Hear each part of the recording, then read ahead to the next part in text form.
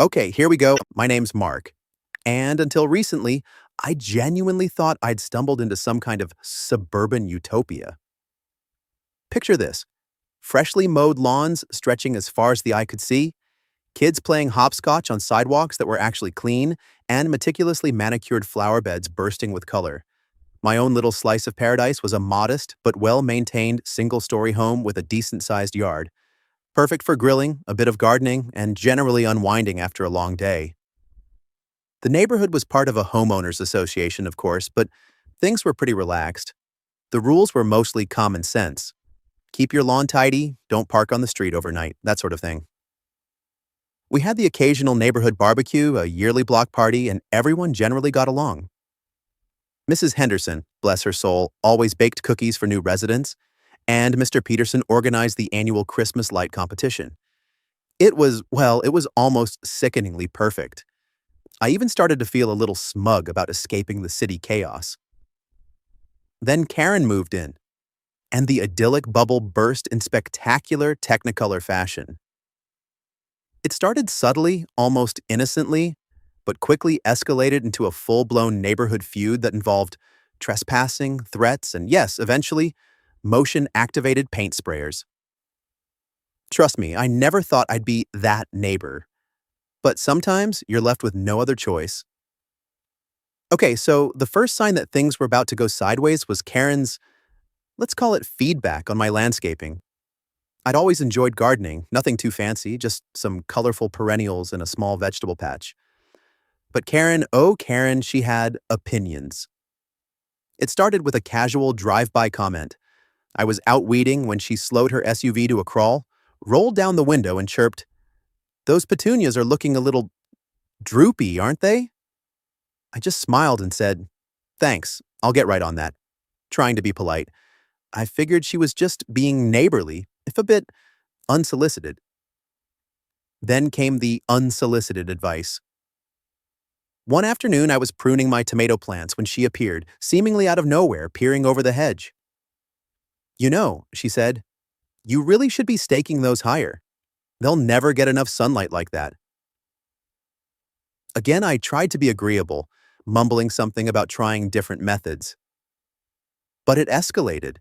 She started leaving notes, printed, laminated notes, on my front door. Things like, "Your grass is half an inch too long," accompanied by a ruler marking the allegedly offending length. Or, "Those rose bushes are a blight on the neighborhood aesthetic. Consider a different cultivar." I initially thought it was a prank, but the notes kept coming, each one more passive-aggressive than the last. It was clear this wasn't just friendly advice, it was a campaign, and I was the target. The notes were annoying, sure, but I could have, maybe, lived with them. I considered printing out my own notes, offering her unsolicited advice on, well, I'm sure I could have found something. But then she started coming onto my property. The first time, I was inside making lunch when I heard a rustling outside.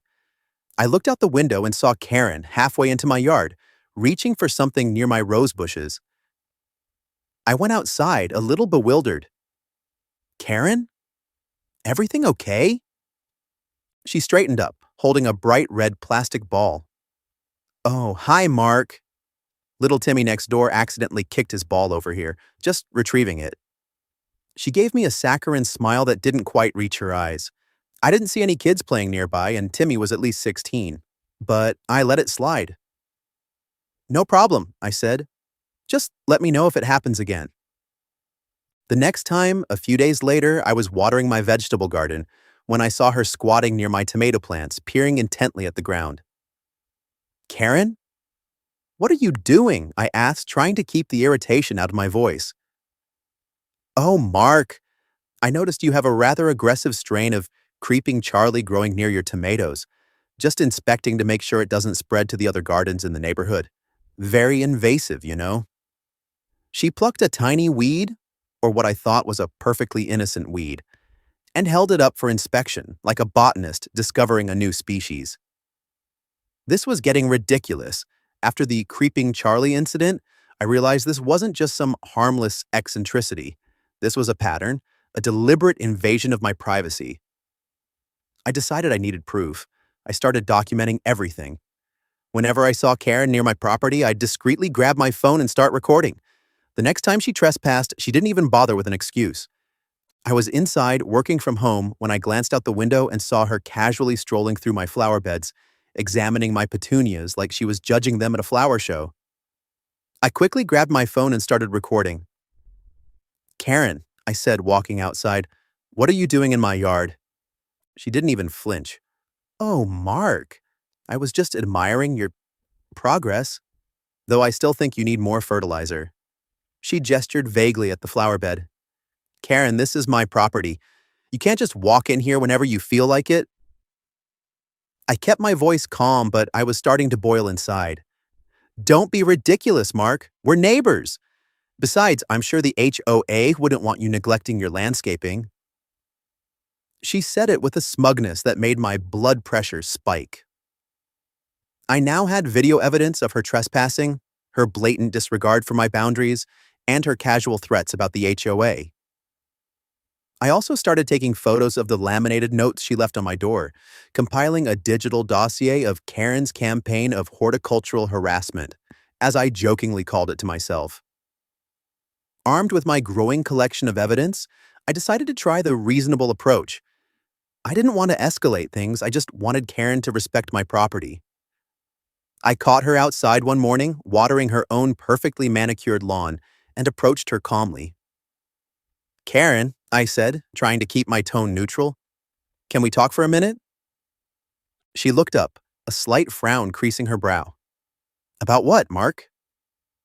"About you coming into my yard. It's making me uncomfortable, and frankly, it's trespassing." She scoffed. "Trespassing? Don't be so dramatic. I'm just trying to help you maintain the neighborhood standards." "Help? By walking onto my property uninvited? I appreciate the concern, but I'd really prefer it if you stayed on your side of the property line." "But Mark, you clearly need guidance. Those hydrangeas are practically begging for more acidic soil. And that patch of clover? An absolute eyesore." I took a deep breath, trying to stay calm. "Karen, with all due respect, what I do with my yard is my business. I'm asking you politely to stop coming onto my property. If you have any concerns, you can leave a note, but please stay out of my yard." She just rolled her eyes. "Fine, Mark. But don't come crying to me when the HOA fines you for neglect." She turned her back and resumed watering her lawn, effectively ending the conversation. It was clear that reason and politeness were not going to work with Karen. My attempts at a civil resolution had failed miserably. With a direct approach clearly off the table, I turned to the homeowners association. I figured surely they would see the problem. Trespassing is trespassing, right? And Karen was constantly threatening me with HOA fines, so they should be interested in preventing further conflict. I drafted a detailed email to the HOA board outlining the situation, attaching the photos of the laminated notes, and including links to the videos of Karen trespassing. I emphasized that I had tried to resolve the issue peacefully, but Karen was unresponsive and continued to disregard my property boundaries. I even included a copy of the local ordinance regarding trespassing. I waited, expecting a swift and decisive response. Maybe a strongly worded letter to Karen, a warning about potential fines, something to make her stop. Instead, I got nothing. A week went by, then two. Finally, I received a generic email from the HOA secretary acknowledging receipt of my complaint and stating that it would be reviewed at the next board meeting, which was still 3 weeks away. 3 weeks! Karen could practically build a gazebo in my yard by then. Frustrated, I called the HOA president, a retired accountant named Mr. Abernathy. He was polite enough, but ultimately unhelpful. He said the HOA was very busy with other matters, landscaping bids, parking complaints, the annual pool closure, and that they needed to investigate thoroughly before taking any action. He also vaguely hinted that I might be overreacting, and that neighborly disputes were best resolved amicably. It was clear the HOA was dragging its feet, hoping the problem would just go away. The HOA's inaction was the last straw. I felt completely helpless. Karen's intrusions became more frequent and bolder. She'd stroll through my yard as if she owned the place, sometimes even stopping to deadhead my flowers without asking. I started feeling like a prisoner in my own home. I found myself constantly checking the windows, anxious about when and where she might appear next. My peaceful evenings on the patio were replaced with paranoia. I stopped enjoying my garden, knowing that any moment, Karen could arrive to critique my efforts. I even started having trouble sleeping, replaying our interactions in my head and imagining increasingly absurd scenarios. The stress was getting to me. I was irritable, snapping at my friends and family. I lost my appetite and started losing weight. My sanctuary, my home, had become a source of constant anxiety. I felt violated, like my personal space was being invaded. And the worst part was, I didn't know what to do about it. Calling the police seemed like an overreaction, especially since the HOA hadn't even taken me seriously. Confronting Karen again seemed pointless. She clearly wasn't going to listen to reason. I was trapped in a nightmare with no escape in sight. I needed to do something, anything, to reclaim my peace of mind and my property. The thought of selling the house even crossed my mind, but I refused to let her drive me out. Desperate times call for desperate measures, right? I started brainstorming solutions, initially fueled by pure, unadulterated frustration. At first, the ideas were purely comical. I envisioned setting up a scarecrow dressed exactly like Karen, complete with a laminated note about fertilizer. Or perhaps burying landmines that would erupt with, well, I quickly dismissed that one. Then, the idea of motion-activated sprinklers popped into my head. At first, it was just a fleeting thought, a way to give her a harmless, albeit soaking, surprise. But the more I thought about it, the more appealing it became. It was passive, non-confrontational, and, dare I say, a little bit satisfying. I started researching different types of sprinklers, focusing on models with adjustable range and sensitivity. I even considered setting up a sophisticated system with different zones and timers, but that seemed a bit excessive.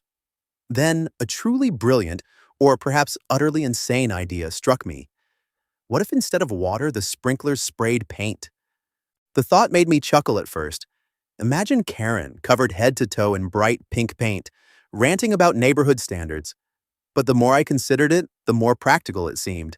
It wouldn't cause any lasting harm, but it would definitely be a deterrent. And it would be a lot more memorable than a simple soaking. The paint sprayer idea was born. Now, I just had to figure out how to make it a reality. Okay, time for the serious part. Research and planning. I wasn't trying to injure Karen, just discourage her. So, safety and legality were paramount. I spent hours online researching different types of motion-activated sprinklers. I needed something reliable with adjustable sensitivity to avoid accidentally spraying squirrels or the mailman. Then came the paint. This was crucial. I couldn't use anything toxic or permanent. I needed something washable, non-toxic, and preferably biodegradable. I settled on a water-based tempera paint, specifically designed for children's art projects. It came in a variety of bright, obnoxious colors, which was an added bonus. I also researched local ordinances regarding property rights and self-defense. I wanted to make sure I wasn't breaking any laws by protecting my property in this unconventional way. I consulted with a friend who was a paralegal just to be sure. He chuckled at my plan, but confirmed that as long as the paint was non-toxic and easily washable, and as long as I wasn't causing any lasting damage, I was probably in the clear. Probably. I even considered putting up warning signs, but that would defeat the element of surprise. Besides, who reads warning signs these days anyway? The key was to strike a balance between effective deterrence and responsible action. I wasn't trying to start a war, I just wanted Karen to stay out of my yard.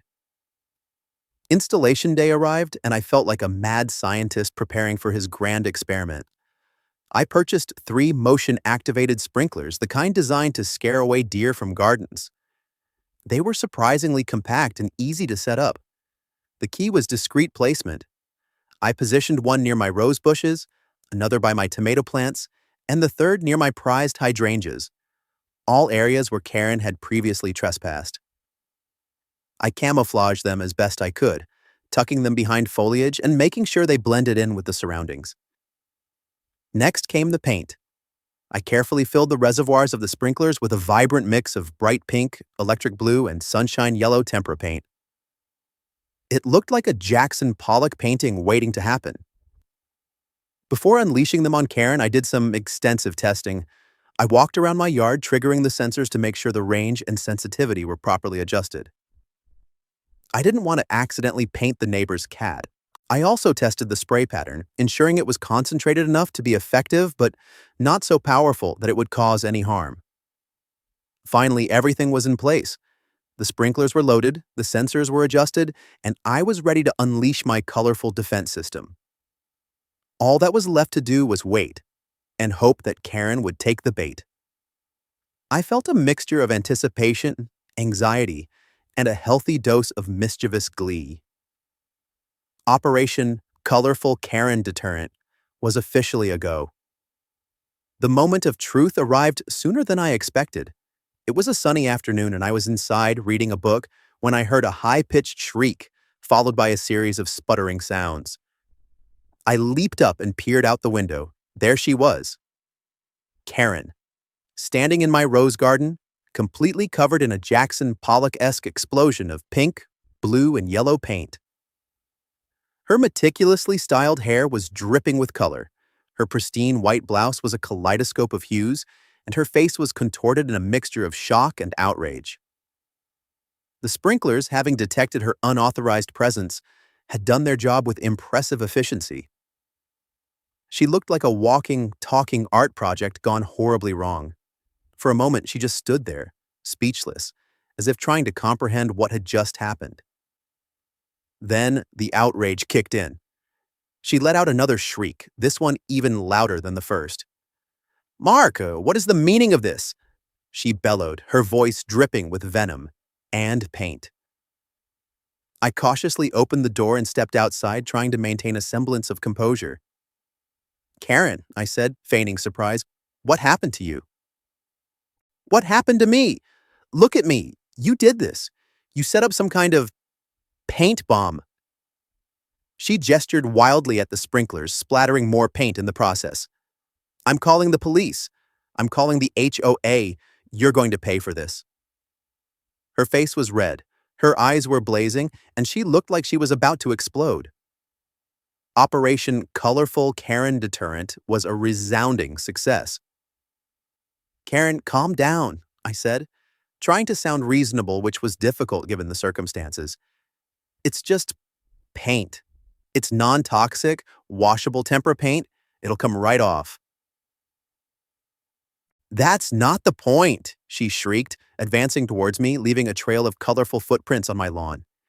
"You deliberately set a trap for me. This is assault. I'm calling my lawyer." "Assault?" "Karen, you were trespassing. Again. I've asked you repeatedly to stay out of my yard. I even contacted the HOA. You left me no choice." I was starting to feel less guilty and more justified. "Trespassing? I was just admiring your roses. They looked a little wilted." Even covered in paint, she couldn't resist offering her unsolicited opinion. "Right," I said, rolling my eyes. "That's why you were reaching for them without my permission." "Look, Karen, I'm sorry it came to this, but you brought it on yourself. Stay out of my yard and you won't get sprayed with paint." "This isn't over, Mark," she yelled, pointing a paint-covered finger at me. "I'm reporting this to the HOA. I'm filing a lawsuit. You're going to regret this." She stormed off, leaving a technicolor trail of destruction in her wake. As she marched back to her house, I couldn't help but feel a sense of triumph. For the first time in weeks, I felt like I had regained control of my property. But I also knew that this was just the beginning. The war with Karen had officially escalated. The first spraying was just the opening salvo. Karen, predictably, didn't learn her lesson. A few days later, I heard a suspicious clanging sound coming from my yard. I looked out the window and saw Karen, armed with a pair of garden shears, attempting to disable one of the paint sprayers.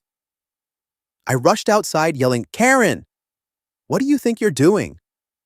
She jumped, startled, and dropped the shears. "I was just trimming those overgrown weeds," she stammered, gesturing vaguely at the perfectly manicured flower bed. "With garden shears? Karen, you're trying to break my property." She denied it, of course, but the evidence was pretty clear.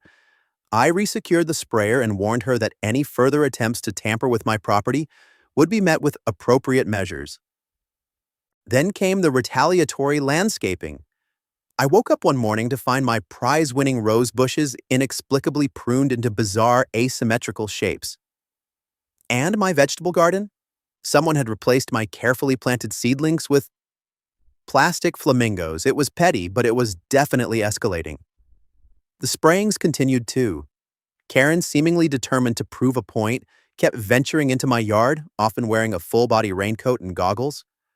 But the sprinklers were relentless, finding any exposed patch of skin to cover in colorful paint.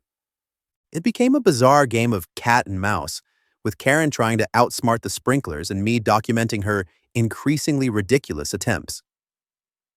The HOA threats were constant, and I knew it was only a matter of time before they intervened. My carefully documented videos and photos were initially intended for the HOA and perhaps a future court case. But after one particularly absurd incident, Karen attempting to use a leaf blower to redirect the paint spray, I couldn't resist sharing a short, edited clip with a few friends online. I thought it would get a few chuckles, maybe a sympathetic comment or two. I was wrong. The video went viral. It was shared, reshared, and remixed countless times. Suddenly, paint sprayer Karen was a meme. People were commenting, debating, and creating elaborate backstories for our feud.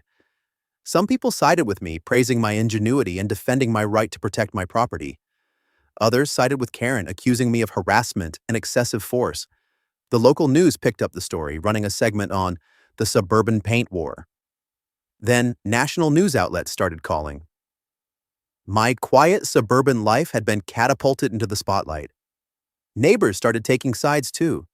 Some offered support, secretly admitting that Karen had been a thorn in their side for years. Others glared at me, whispering about disrupting the peace and bringing shame to the neighborhood. Even strangers recognized me at the grocery store, offering unsolicited advice and snapping photos. The whole situation had become completely surreal. The internet had turned my personal property dispute into a public spectacle, and I wasn't sure if that was a good thing or a bad thing. The internet fame only fueled Karen's rage. True to her word, she unleashed the full force of her legal and HOA weaponry. First came the cease and desist letter from her lawyer, accusing me of assault, battery, property damage, and creating a public nuisance.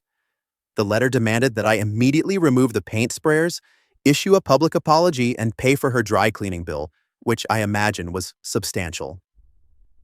Then the HOA finally decided to act, but not in my favor.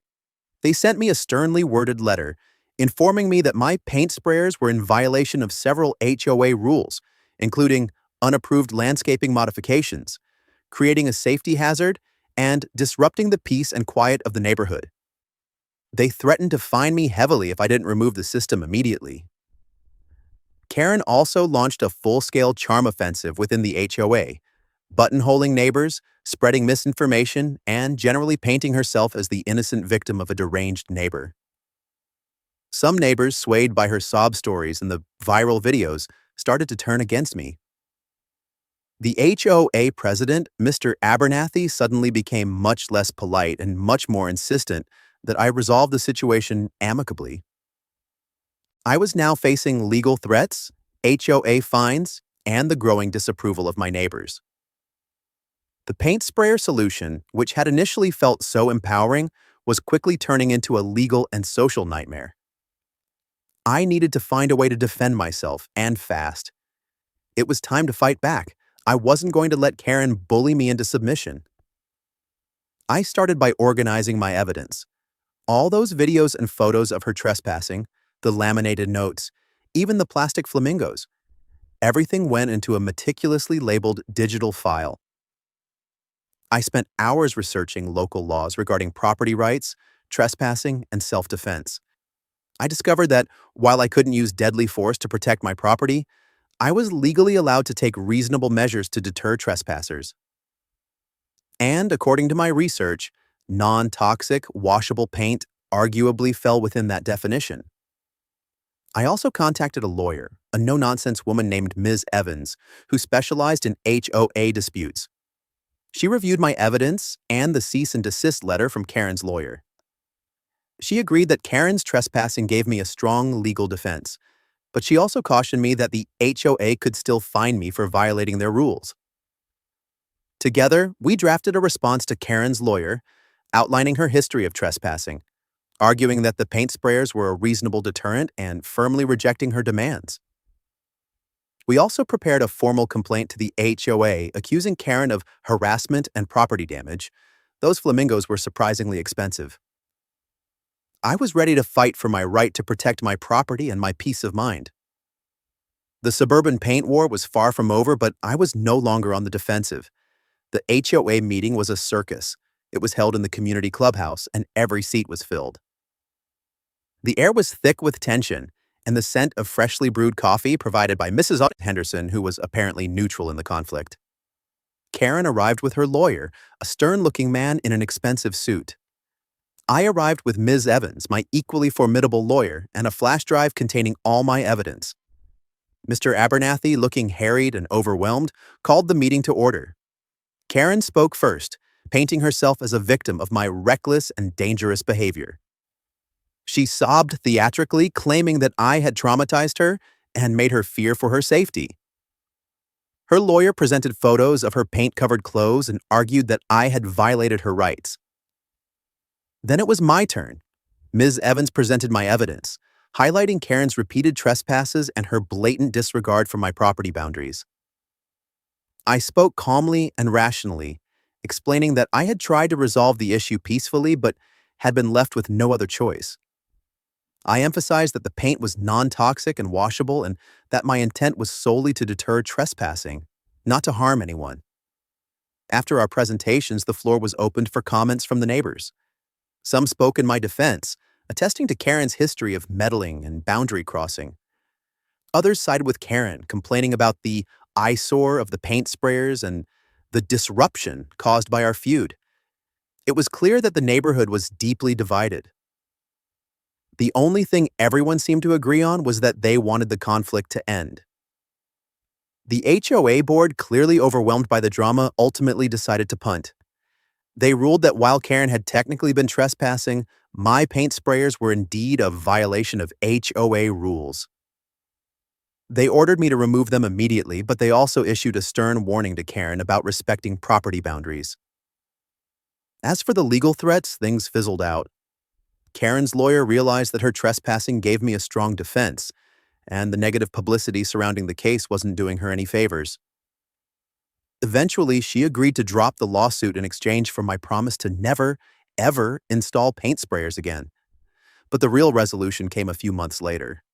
I heard from a neighbor that Karen's house was up for sale. Apparently, the constant ridicule in the divided neighborhood had finally gotten to her. She moved away, seeking a more harmonious environment, as the realtor put it. With Karen gone, the neighborhood slowly returned to normal. The plastic flamingos disappeared, my rose bushes recovered, and the HOA president even started waving to me again. It wasn't quite the idyllic paradise I had imagined before Karen arrived, but it was peaceful. And most importantly, my yard was finally my own again. The paint sprayers were gone, but the memory of paint sprayer Karen would live on forever. Looking back on the whole paint sprayer Karen saga, I realized there were some valuable lessons learned. First and foremost, boundaries are crucial. It's easy to let minor annoyances slide, but if someone is consistently disrespecting your personal space, you need to address it firmly and directly. I should have been more assertive with Karen from the very beginning. Secondly, documentation is key. Without those videos and photos, I would have had no leg to stand on with the HOA or the legal system. Having solid evidence of Karen's trespassing allowed me to defend myself and ultimately resolve the situation. And finally, standing up for yourself is essential. It's tempting to just give in to bullies and avoid conflict, But sometimes you have to fight for your rights and your peace of mind. It wasn't easy, and it certainly wasn't pretty, but I'm glad I stood my ground. Of course, I wouldn't necessarily recommend installing paint sprayers as a first resort. There are probably less colorful ways to deal with a trespassing neighbor. But in my case, it was a necessary evil. It taught me the importance of protecting my property and defending my boundaries, even if it meant becoming that neighbor for a while. And hey, at least my lawn got some free abstract art in the process. So, what's the takeaway from all this? Well, hopefully, it's a cautionary tale about the importance of respecting boundaries and fostering neighborhood harmony. While I'm not proud of the paint sprayer solution, I'm even less proud of Karen's blatant disregard for my property and personal space. Remember, a little bit of communication and a whole lot of respect can go a long way in preventing these kinds of conflicts from escalating. Before you leave a passive-aggressive note on your neighbor's door, try having a friendly conversation. Before you start inspecting their garden, ask for permission. And before you consider installing a complex paint-based defense system, maybe try calling the police. The suburbs can be a wonderful place to live, but they're only as good as the people who live in them. Let's all strive to be good neighbors, respecting each other's property and personal space. And if you happen to see someone wandering around your yard with a pair of garden shears and a mischievous glint in their eye, maybe offer them a cup of coffee and a friendly chat. You never know, it might just save you from a colorful confrontation. As for me, I'm just happy to have my peace back, and I'm definitely investing in a good security system. Just in case. You can never be too careful, especially when you live next door to a potential Karen.